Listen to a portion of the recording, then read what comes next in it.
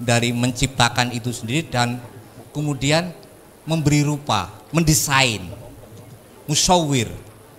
Jadi ada proses desain di sana, memberi rupa, menggambar, memberi surah, gambaran. Ini ada beberapa ayat Quran saya kutip di sini, silahkan nanti saya yakin bisa dibagikan dan fayakun ini adalah kemudian menjadi ketetapan yang diberikan oleh Allah kepada alam semesta ini yang kemudian di Quran sendiri disebut sebagai sunatullah. Jadi sudah begitu. Walan tajidali sunnatillahi tabdila. Tidak akan pernah lan pakainya lan. Tidak akan pernah kamu jumpai perubahan di dalam sunatullah itu. Makanya kemudian ketika belajar ini disebutnya adalah permanen culture. Permanen. Karena sunatullah itu permanen, enggak akan berubah. Jadi itu menjadi tradisi ilahiyah. Lanjut. Nah, sekarang kita mencoba memberi makna kembali tentang pertanian itu sendiri. Semua bangsa di dunia ini memulai peradabannya itu dengan pertanian. Mau dari Sumeria, Babilonia, Mesir, bahkan Indonesia pun, Nusantara zaman Majapahit, Sriwijaya, itu adalah pertanian. Bukan banyaknya pabrik. Jadi kita akan bisa lihat bahwa justru pabrik itu adalah decline karena pertanian mulai ditinggalkan. Pertanian itu sendiri apa? Ini ada huruf Ibrani di sini. Kalau di sini punya Google Translate nggak kira-kira? Ada ya? Anda bisa coba copy di ini, panitia, operator, copy ini. Coba yang kalimat tadi itu, kata-katanya itu. Di sini ada dua kata ya, ini sama ini. Ini bacaannya apa? Ini huruf Ibrani. Bacaannya apa? Coba diambil di Google Translate. Di copy, masukkan Google Translate. Coba, biar kita sama-sama dengar nih. Gak apa-apa, sambil ditampilkan juga gak apa-apa. Masuk ke browser. Nggak bisa buka PowerPoint di close. Bukan gambar. Nah itu copy. Nah itu di copy, masuk ke browser Google Translate. Itu muncul. Ya. Nah, sudah ya. Artinya apa? Tanah. Coba di sini, ini ada. Mana ini? Kok nggak kelihatan? B-nya nggak usah. Coba di copy lagi, bukan di copy, ini kan ada suara, diklik suaranya coba. Ini. Nah itu. Ada mabi. Nggak kedengaran ya? Di soundnya dikencengin coba. Ada mabi. B-nya jangan, dihapus B-nya. Nah coba suaranya apa? Adama ya. Sekarang kata satunya. Adama artinya tanah. Jadi Nabi Adam sendiri kan dibuat dari, iya memang namanya saja tanah gitu. Terus yang satunya lagi. Adama. Nah sekarang satu kata satunya. Ada yang di atas gambar yang satunya.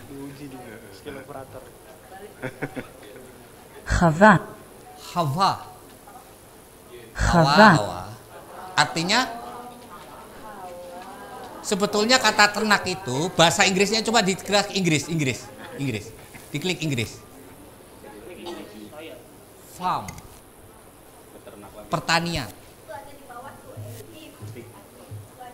If, kalau bahasa Inggrisnya kan if. Hawa itu bahasanya Ibrani, bahasa Arabnya Hawa. Adam dan Hawa artinya adalah tanah dan pertanian. Jadi sejak awal itu Allah menciptakan Ja'ilun fil ardi khalifah itu loh maksudnya. Sejak awal penciptaan manusia. Ini yang orang nggak tahu. Simple ya. Saya nggak main-main. Serius ini ada di ini saya juga ya. Makanya kemudian kembali ke presentasi kita.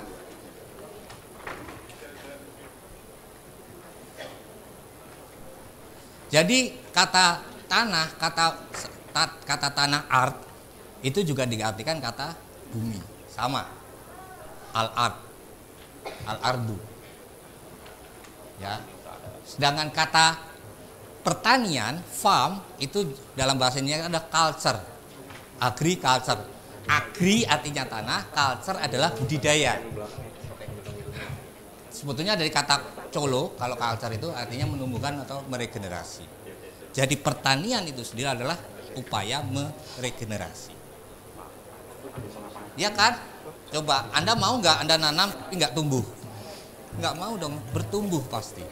Maka pasti regenerasi. Dan kemudian berbuah, dan kemudian menumbuhkan lagi. Dan semakin banyak. Dan semakin banyak terus. Jadi arti pertanian itu sendiri sudah regeneratif sebetulnya. Tapi karena sudah ada yang namanya pabrik, pertanian diambil maknanya menjadi industri pertanian, menjadi sesuatu yang degeneratif. Jadi agribisnis, bisnis tanah sebetulnya. Jadi menjadi sangat. Lanjut. Jadi itu kita mencoba mengembalikan makna pertanian. Jadi dalam hal tertentu sebetulnya tidak penting mau namanya organik, mau namanya permaculture, mau namanya regeneratif, tidak terlalu penting kalau kita tahu makna pertanian itu sendiri. Itu menjadi akhirnya harus disematkan karena pertanian sudah dicuri oleh industri. Nah, proses regeneratif itu oleh Allah itu kemudian ketika sudah ditiupkan oleh Allah ke dalam Adam itu ruh, maka Allah memberikan pengajaran kepada Adam. Wa 'allama Adam asma'akullaha. Jadi di sini ada 3 manifestasi yang allama, ada asma dan kullaha. Jadi semua yang ada itu tapi ini nanti aja lah, ini terlalu filosofis ya. Tapi artinya Adam itu sudah dibekali sebuah pengetahuan yang luar biasa cukup bagaimana meregenerasi bumi ini. Lanjut. Nah, dalam kesadaran itu juga maka alam dan manusia itu adalah satu kesatuan. Antara farm dan tanah itu adalah satu kesatuan. Manusia dan alam adalah satu. Maka kemudian kalau kita, jadi mulainya dari sini, kita menyadari bahwa ada manusia adalah bagian dari alam. Ini bagaimana ego itu menjadi eko. Kemudian kita menyadari bahwa manusia dan alam adalah satu. Ketika kita menyadari manusia dan alam satu, maka bagaimanapun juga manusia itu harus melakukan sesuai bagaimana alam melakukan. Dengan begitulah kita akan mendapatkan keseimbangan alam dan manusia. Kalau kita melakukan tidak sesuai dengan alam, keseimbangan ini juga tidak akan terjadi. Lanjut. Ini salah satu contoh keseimbangan manusia dan alam. Ada yang namanya ritme sirkadian. Ritme sirkadian itu adalah jam internal tubuh kita. Saya belajar ini mulainya dari mengapa sih Allah memerintahkan kepada kita sholat 5 waktu. Bukan 5 kali. 5 waktu. Kenapa 5 waktu? Kok bukan 5 kali? Karena disebutkan waktunya sudah ditentukan. Jadi kewajiban sholat 5 waktu itu karena waktunya sudah ditentukan. Clear itu. Enggak ada. Boleh enggak? Makanya kan lucu, sebetulnya itu hanya karena Allah Maha Pemurah saja. Kalau kita lupa sholat zuhur, terus masuk sudah waktu asar, dikodok, kan bayar utang namanya. Boleh dong, berarti sholat zuhur boleh dong di waktu asar. Itu kemurahan Allah saja. Kalau enggak, sebetulnya enggak ada. Sholat kodok itu enggak ada. Tapi karena Allah membuat kemurahan dan melalui nabinya, boleh. Tapi makanya yang tidak boleh adalah menyengaja kodok. Kan nggak boleh. Maka itu adalah 5 waktu yang sudah jelas. Nah, di dalam waktu itu ternyata Dalam waktu itu ada waktu yang nggak boleh sholat. Waktu yang nggak boleh sholat biasanya adalah transisi hari, tepian. Contoh, setelah asar mau maghrib itu waktu tepian akan masuk malam. Setelah subuh waktu akan masuk tepian masuk siang. Itu nggak boleh. Ini nanti kaitannya dengan ini nih. Kita perlu pelajari benar. Oh, kurang ke atas ya. Anak saya yang nomor 3. Anak saya 4, Bapak dan Ibu. Anak saya 4. Yang pertama Ali, kedua Yasmin, ini Fatimah. Kami panggil Ima atau Emma, gitu ya. Yang terakhir adalah Muhsin. Disingkat apa? Ayem.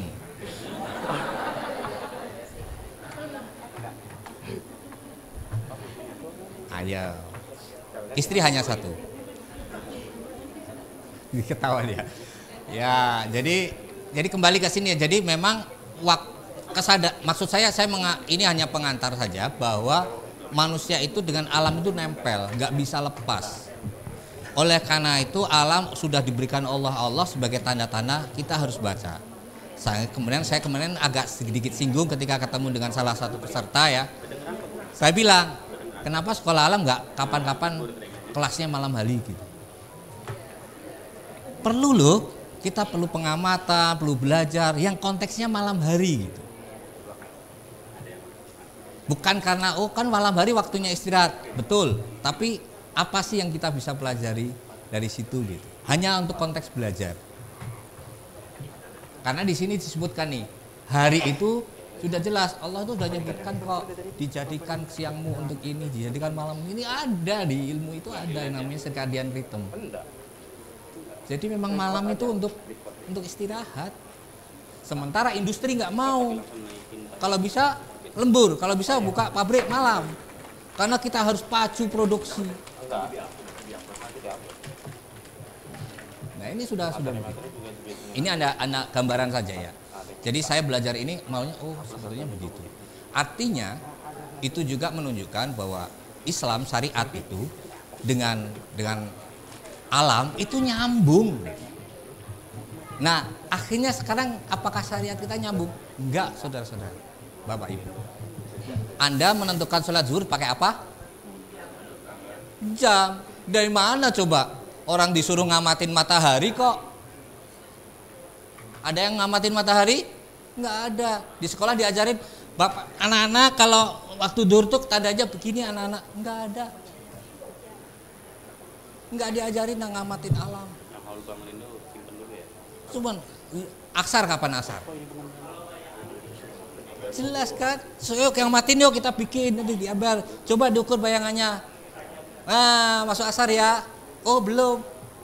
Enggak, lihat jamnya. Lihat NU online, lihat Islam online. Ini contoh aja. Jadi untuk pertanian itu sebetulnya makanya pertanian itu adalah ini aja, nggak mungkin bertani. Sekarang teknologi sudah memungkinkan untuk bertani tanpa alam. Mulai yang namanya hidroponik, mulai pakai aplikasi, mulai di dalam gedung, pakai sinar ultraviolet. Sekarang udah mulai begitu. Dicabut manusia itu dari alam. Padahal pertanian itu digunakan sebagai sarana pendidikan supaya manusia itu dekat dengan alam.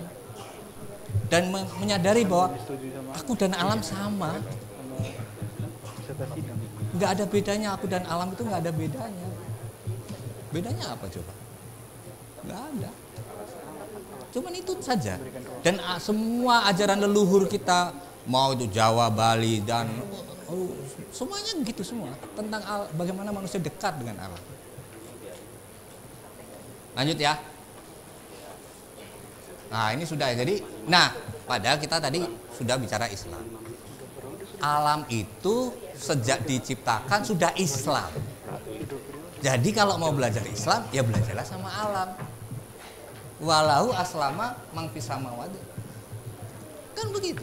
Ya kalau belajar Islam bukan di luar alam, di alam itu tempat belajar Islam. Lanjut. Nah, kembali ke ini perkenalan saja. Tadi untuk kita sudah mau masuk ke yang kedua tentang pertanian regeneratif. Ada 3 ethics of care. Jadi bukan ethics of right, di mana yang pertama adalah manusia peduli pada bumi, memandang bumi sebagai ibu sendiri. Jadi tidak hanya memandang alam itu sebagai sama dengan manusia, tapi bahkan sebagai ibu. Maka dalam tradisi kuno itu disebutkan bumi itu adalah ibu pertiwi. Atau al-um itu sendiri artinya induk atau sumber, tempat asal usul. Jadi kita memandang bumi itu sebagai ibu sendiri, sebagai satu kesatuan yang hidup. Dan kita makanya di guru saya dulu kuliahnya di filsafat UGM, guru saya namanya Profesor Damarjati Supajar. Itu ketika kami belajar, salah satunya dia mengajarkan bahwa ketika kita dikandung oleh ibu, kita itu terikat dengan ibu dengan tali pusar. Semua makanan dari ibu itu diberikan kepada si bayi melalui pusarnya itu. Ketika lepas itu memang sengaja digunting karena kita menyambung dengan pusar bumi, kata dia. Maka makanan kita dari bumi. Kan tadinya dari pusar dari ibu, yang sebetulnya juga dari bumi, karena ibu kan sudah manusia dewasa. Nah, ketika sudah lepas, itu makanannya dari bumi. Maka kita melihat bumi ini adalah ibu kita, karena dia sumber makanan kita. Sekarang di barat sudah mulai ada yang namanya daging imitasi, daging sintetik. Jadi sudah nggak alam lagi dibuat itu. Ya, hati-hati aja pokoknya. Nah, itu pertama. Jadi ikatan kita dengan bumi itu sangat erat. Sementara si ibu ini itu sedang melakukan perjalanan. Kan ngelilingi matahari juga jalan. Jadi kita itu sedang berjalan bersama. Bergandengan tangan dengan ibu kita, ibu bumi. Yang kedua adalah memanusiakan manusia. Karena kita sama-sama anak ibu, kita punya saudara sama-sama manusia, saling menyayangi, saling peduli, care. Sehingga kemudian dengan yang lain, baik dengan manusia maupun dengan bumi, kita itu berbagi secara adil. Nah, untuk bisa berbagi adil itu adalah yang pertama ini yang sulit sekali kita lakukan. Salah satu cara untuk mendidik anak tidak bisa menentukan batas diri itu gampang, bener nggak? Tapi kalau mendidik anak supaya mau memahami batas diri itu ya nggak tahu saya mampu atau enggak, saya masih berusaha. Karena salah satunya yang membuat manusia tidak mau membatasi dirinya itu ada elemen di dalam tubuh manusia. Oh, mic-nya ya. Kurang kedengar ya? Ada elemen dalam tubuh manusia itu ada jamur yang tumbuh yang selalu minta lebih. Salah satunya adalah ketika sejak awal kan coba kita perbaiki lah. Ya, itu adalah kita mengenal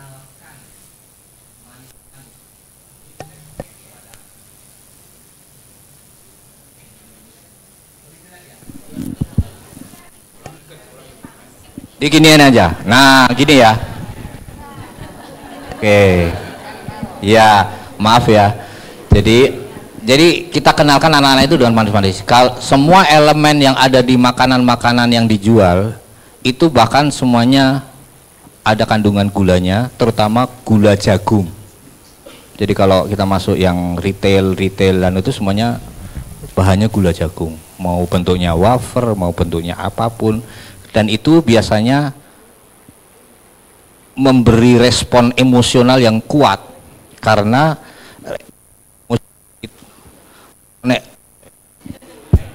ya airnya jelek dari Inggris kan.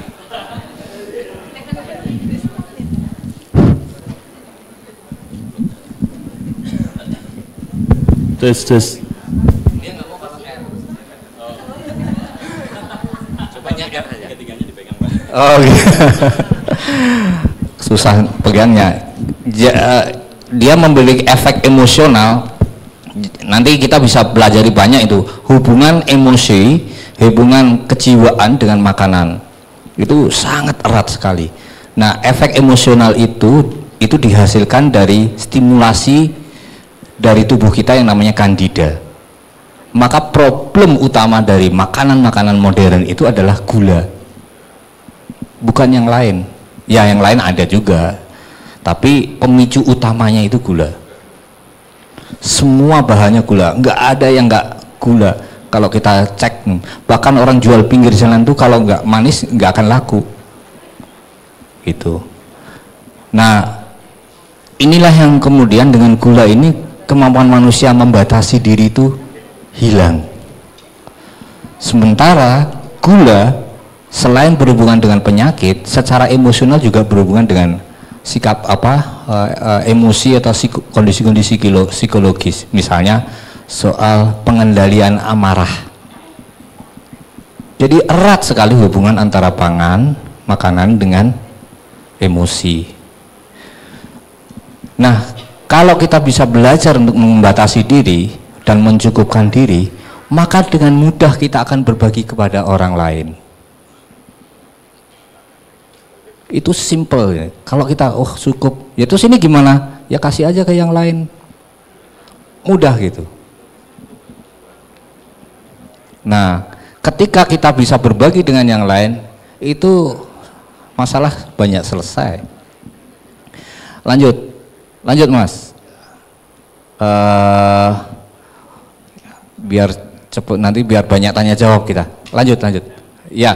Ini hanya gambaran saja, tadi pertanian saya sengaja tampilkan ini hasil Susenas BPS tahun 2020, Sitasi namanya, survei antar sensus. Survei antar sensus ini menggambarkan bahwa kita di sini produktivitas lahan kita itu sangat-sangat rendah karena digenjot yang namanya lahan pertanian itu untuk produksi yang besar, sehingga sekarang hari ini kita nggak kekurangan pangan. Memang waktu itu pemerintah harus nih beras waspada dan seterusnya sehingga kemudian sekarang mendapatkan dampaknya. Jadi apa yang kita makan dari kemarin sampai hari ini itu adalah utang kita kepada generasi baru, generasi yang akan datang, karena sudah kita ambil duluan. Jadi kita sedang kondisi berhutang, tidak hanya utang luar negeri ya, utang kepada generasi kita gitu. Jadi kita punya utang sama anak-anak. Nah, ini kondisi secara umum di mana lahan pertanian itu sudah di bawah standar pengelolaan produktif untuk berkelanjutan. Sudah nggak mungkin lagi untuk diproduksi. Sayangnya ketika produktivitas menurun itu, pikirannya petani itu adalah tambahin pupuk, tambah parah gitu. Jadi ini yang juga masalah. Akhirnya mengapa pertanian itu tidak suci lagi gitu, kehilangan kesuciannya. Betul. Iya, yang semua dari Allah itu pasti suci kok.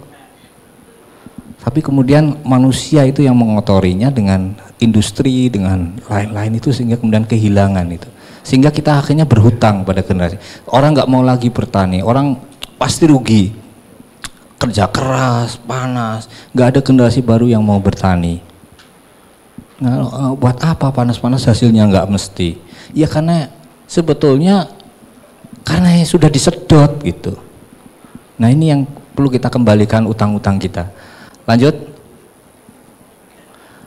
Alhamdulillahnya tahun 2019 ya, itu pemerintah Indonesia mengeluarkan undang-undang sistem budidaya pertanian berkelanjutan, di mana di pasal 13 itu menyebutkan bahwa pemanfaatan lahan untuk keperluan budidaya pertanian dilakukan dengan pendekatan pengelolaan agrosistem berdasarkan pertanian konservasi, di mana konservasi itu adalah melindungi, memulihkan, memelihara, dan meningkatkan. Jadi mengembalikan apa yang sudah kita ambil menjadi lebih baik gitu. Prinsip pertanian konservasi antara lain, nah caranya gimana? Yang itu nanti secara teknis kita dalam pertanian harus lakukan. Di mana sampai hari ini tidak ada yang melakukan petani. Gangguan tanah, Antara lain gangguan tanah minimum. Gangguan tanah itu nyangkul. Kan diganggu tuh, dibajak. Gangguan tanah minimum. Sekarang maksimal di mana-mana. Bahkan pemerintah ngasih traktor. Nah, ini jelas nggak dilaksanakan undang-undang nih. Penutupan tanah permanen. Pernah lihat ada penutupan tanah? Nggak ada, mesti terbuka tanahnya. Sisa tanaman dan mulsa hidup, ada yang melakukan? Nggak ada.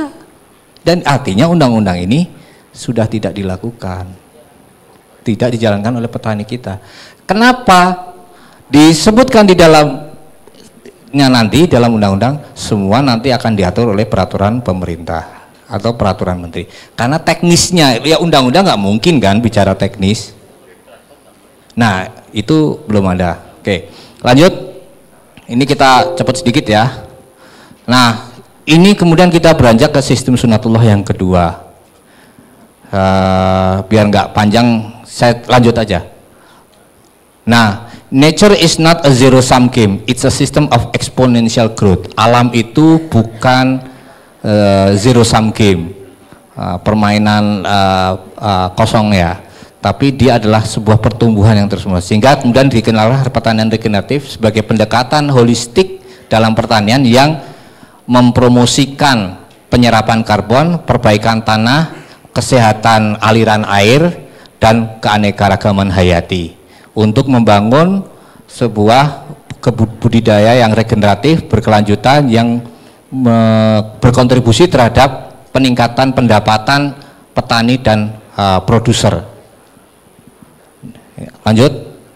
Nah, jadi kalau tadi sekarang kita masih begini ya, ini ya praktek pertaniannya, kita sudah pengen tidak hanya sustainable tapi juga konservasi, restorasi, dan bertumbuh. Lanjut. Nah, kemudian citra diri manusia tadi yang menyatu dengan alam itu berkembang menjadi yang namanya seva. Lanjut, coba. Seva itu bagaimana kita mentransformasi diri manusia itu sebagai bagian dari alam, sama dengan alam, menjadi khalifah. Khalifah itu adalah di bawahnya semua karena dia yang melayani. Jadi sekarang harus manusia itu yang melayani alam. Manusia sebagai khalifah melayani kehidupan welas asih. Maka di Jawa itu Raja Jawa namanya siapa? Raja Jogja, Hamengkubuwono, yang memangku bumi, bukan yang menginjak bumi. Gambarnya, kan kalau di Sekaten itu orang jual ada telur ditusuk sama lidi, namanya Ndok Songgo Buwono, untuk memberi pelajaran kita ini loh yang harus menyangga buminya, bukan sebaliknya malah nginjek. Jadi kesadaran ini yang tadi kita bagian dari alam, sama-sama alam, harus berkembang menjadi yang melayani alam. Lanjut. Itulah kemudian kita tidak hanya sustainable menjadi regeneratif karena kita melayani alam. Lanjut.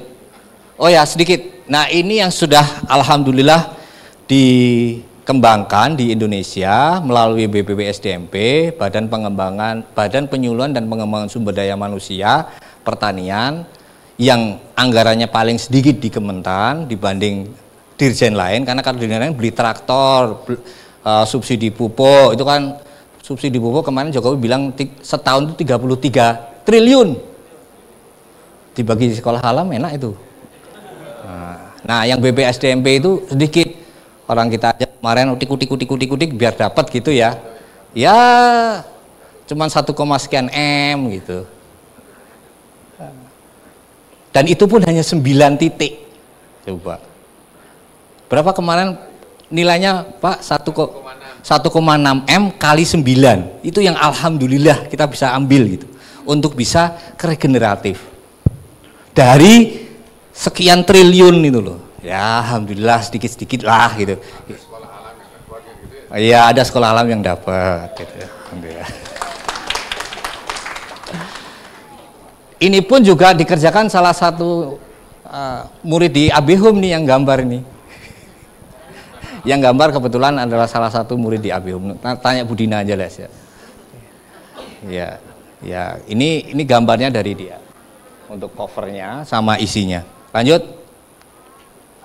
Nah, ini gambaran yang rumit aja, lanjut aja. Pada intinya kita harus mencari akar untuk memahami alam itu, pengetahuan-pengetahuan alam seperti tanah, air itu kita harus pelajari semua karena ini adalah dasarnya.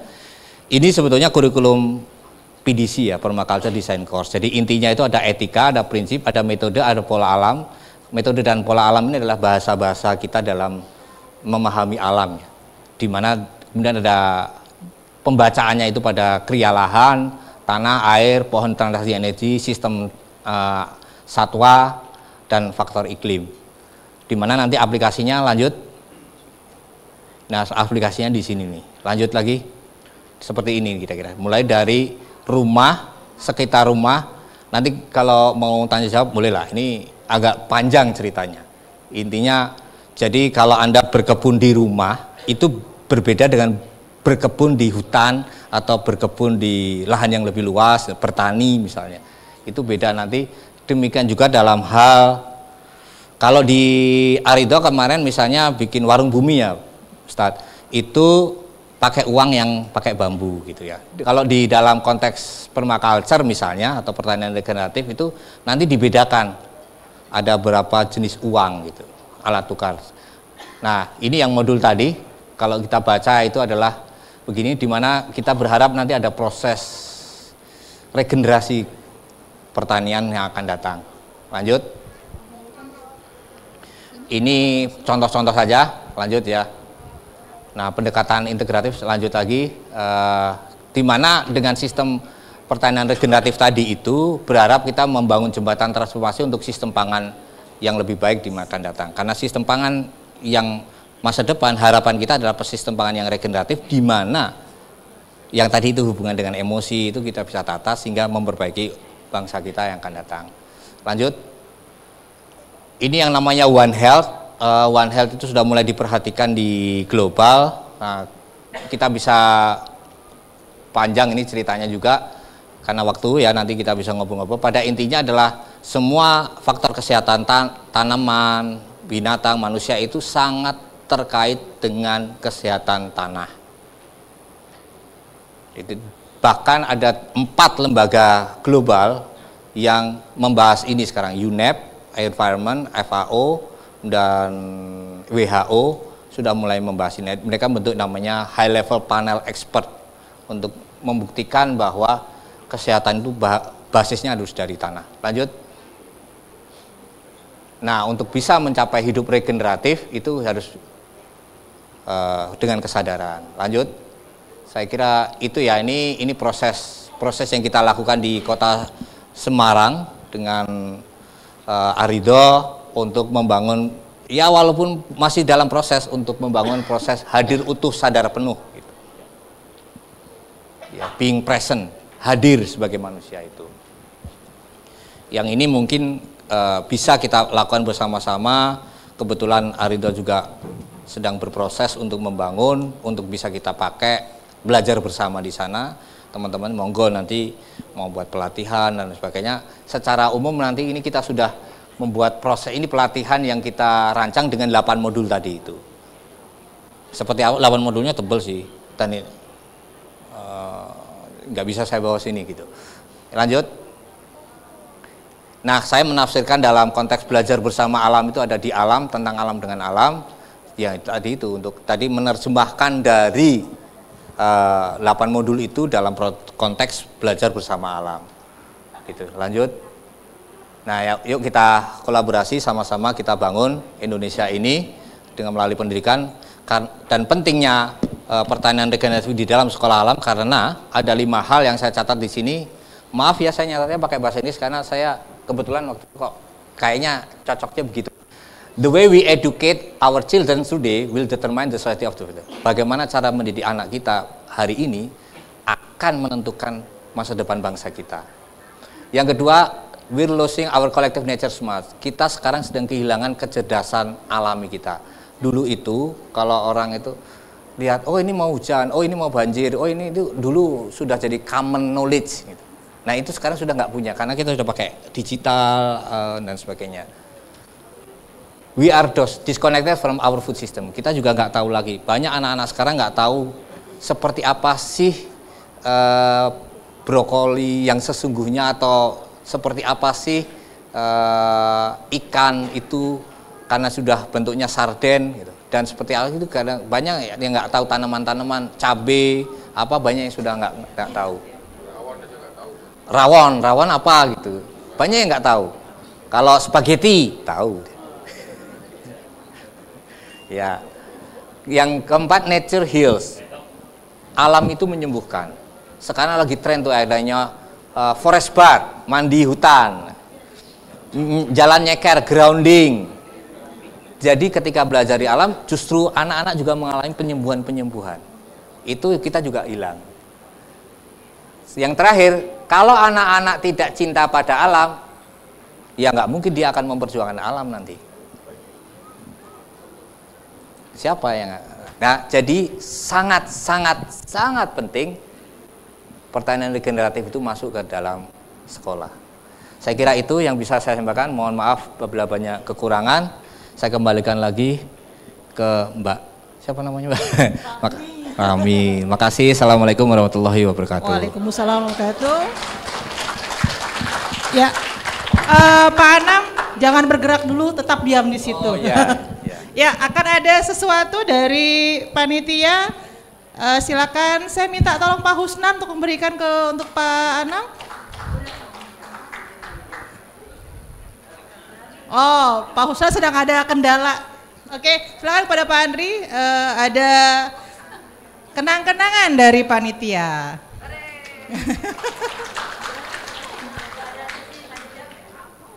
Karena mau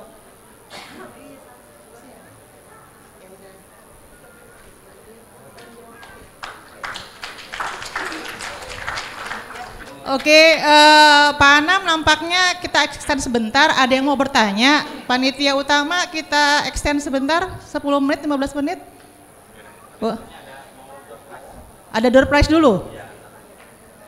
Door prize habis tanya jawab, ya? Oke. Door prize untuk MC, Pak. Oke, saya akan buka cuma 3 pertanyaan. 2 langsung. 3. 1 aja malah. 1 aja, 1 pertanyaan. Depan doang nih, oke. Silakan. Bu Ila deh, karena Bu Ila duluan. Menang di depan ya? Menang di depan. Bagi dua kita ya, Bu. Oke, terima kasih Bapak. Luar biasa ya penjelasannya, kayak kita kalau dengar penjelasannya kayak pengen berada di hutan gitu loh, Pak. Nah, mungkin yang sederhana gini, ada sebenarnya 2 pertanyaan. Pertanyaan yang pertama, saya pernah mencoba mendampingi untuk menggunakan ekoenzim sebagai pengganti untuk pupuk dan sebagainya.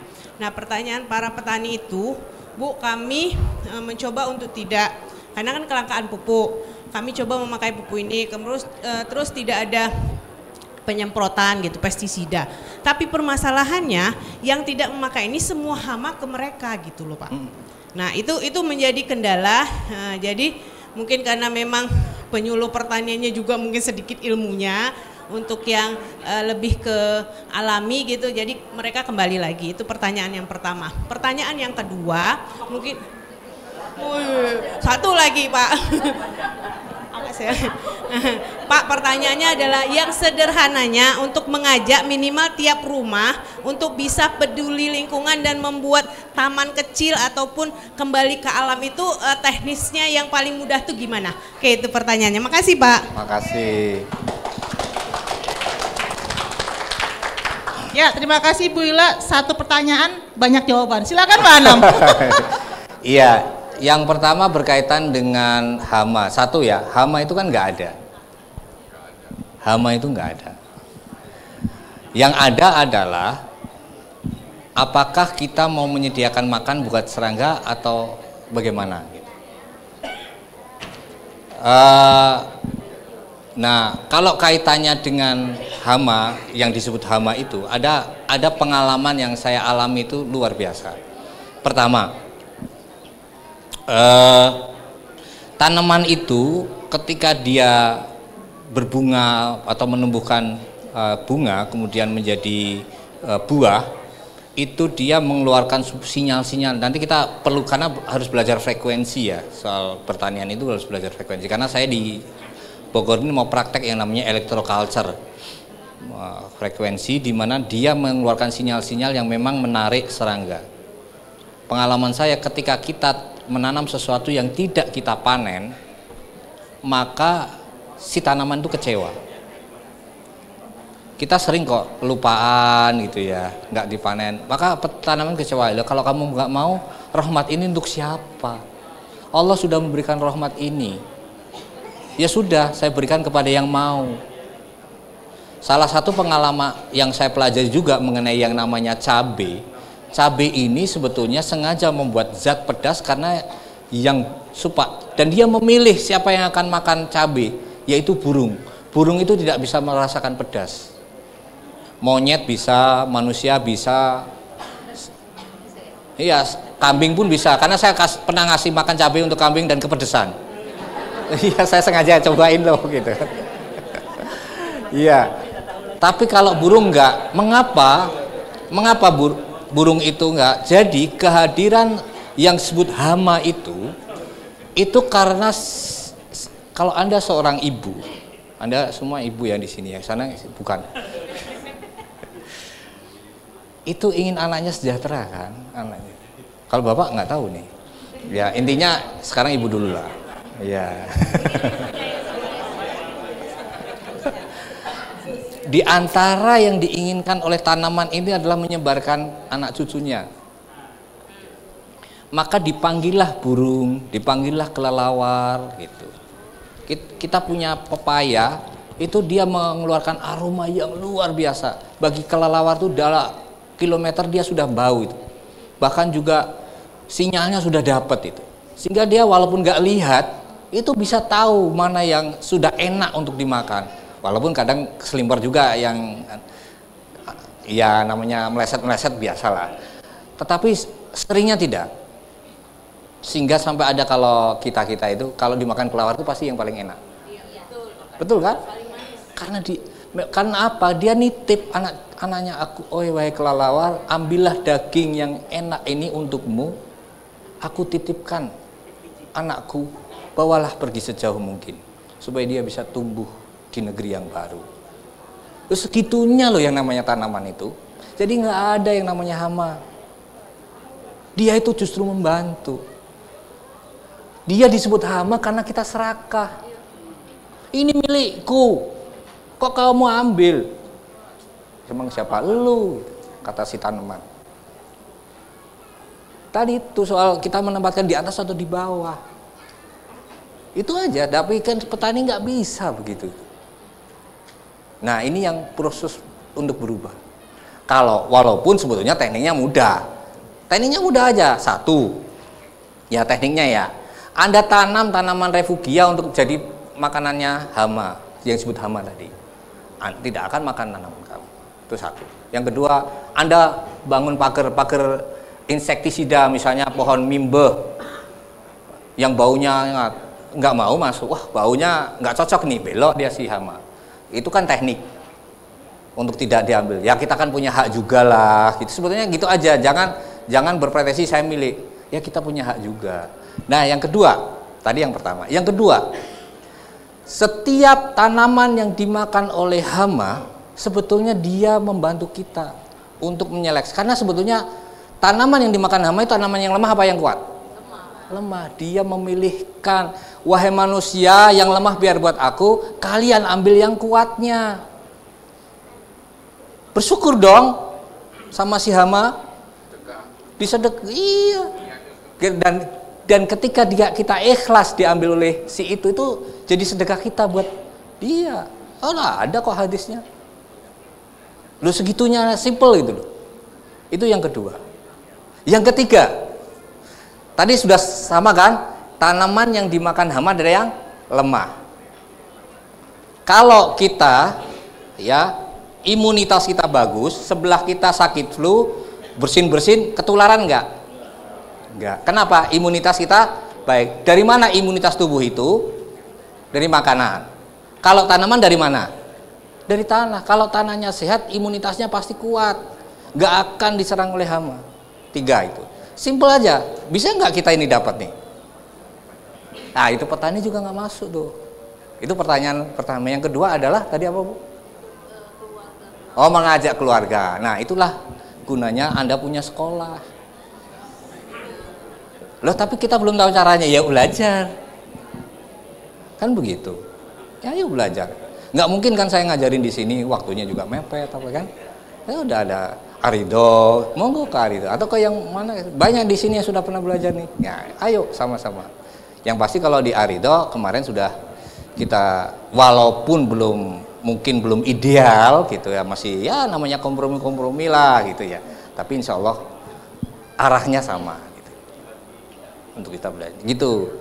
Insya Allah ada, dan ada mekanisme di dalam, dan itu bisa dilakukan oleh sekolah alam dimanapun, yang namanya permablitz. Permablitz itu ngundang tetangga, berkebun bersama, terus dikasih makan, terus kasih penjelasan. Mengapa sih kita nanam ini, Bu? Ini obat. Jadi kita kalau nggak usah ke dokter, ini sudah ada obat di sini.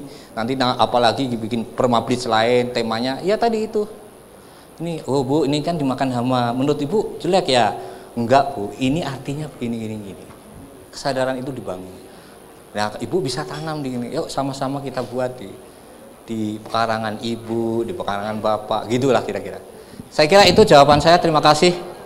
Ya, terima kasih Pak Aram. Tepuk tangan dong buat Pak Anam. Ya, terima kasih Pak Anam. Boleh duduk Pak sekarang. Oke. Ya, panitia baik banget karena Bu Ila bertanya maka dikasih hadiah. Karena kita bicara tentang alam, menanam, baliknya ke Allah juga ya, bagaimana kita adil. Dan kalau mulai sekarang kalau ada buahnya yang dimakan kelelawar,